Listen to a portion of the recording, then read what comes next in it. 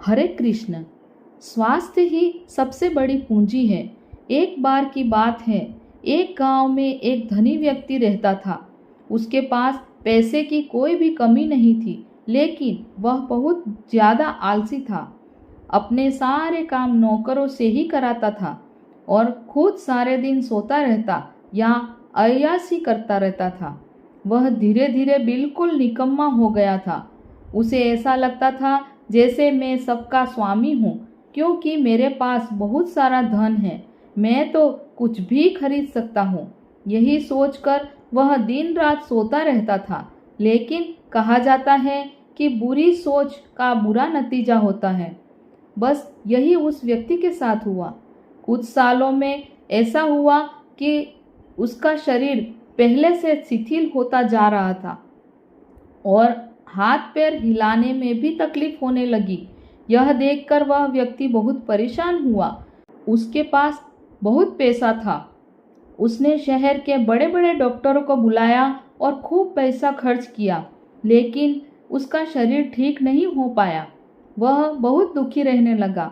एक बार उस गांव के पास से एक साधु गुजर रहे थे। उन्होंने उस व्यक्ति की बीमारी के बारे में सुना, सो उन्होंने सेठ के नौकर से कहा कि वह उसकी बीमारी का इलाज कर सकते हैं।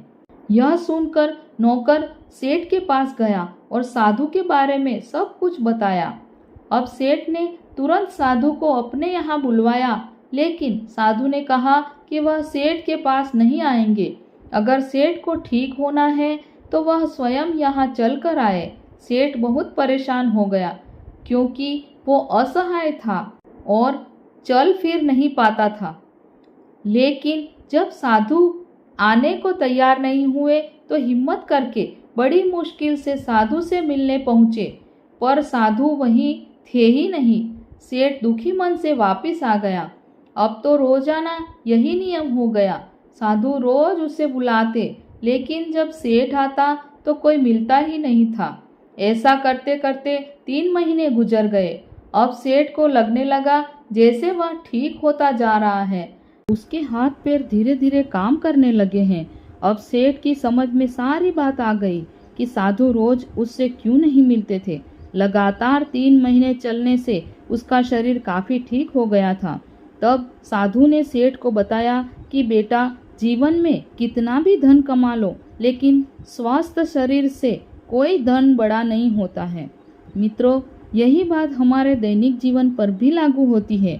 पैसा कितना भी कमा लो, लेकिन स्वस्थ शरीर से बढ़कर कोई पूंजी नहीं है। हरे कृष्ण। जय जय श्री राधे।